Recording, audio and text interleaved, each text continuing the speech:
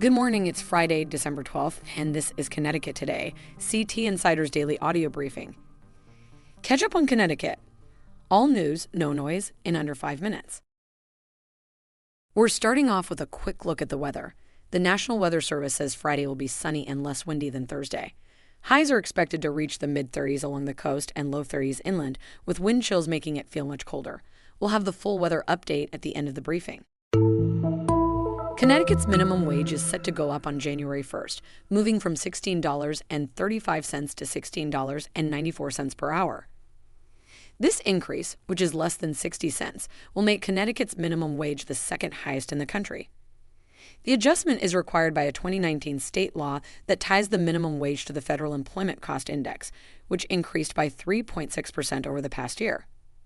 Governor Ned Lamont said in a news release that, quote, nobody who works full-time should have to live in poverty, and called the increase a fair and modest step to support local businesses and families.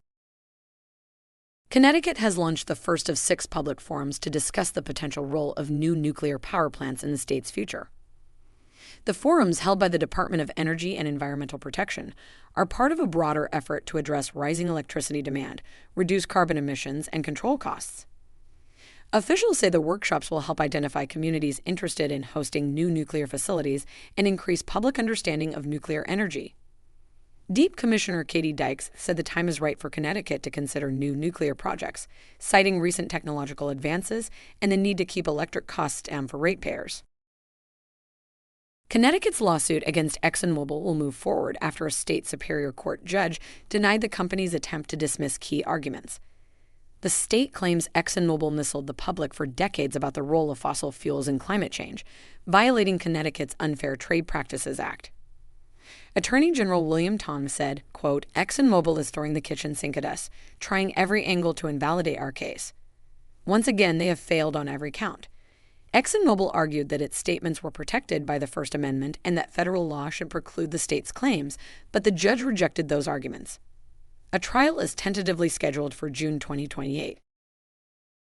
As the 13th anniversary of the Sandy Hook Elementary School shooting approaches, members of Connecticut's congressional delegation are renewing calls for gun reform.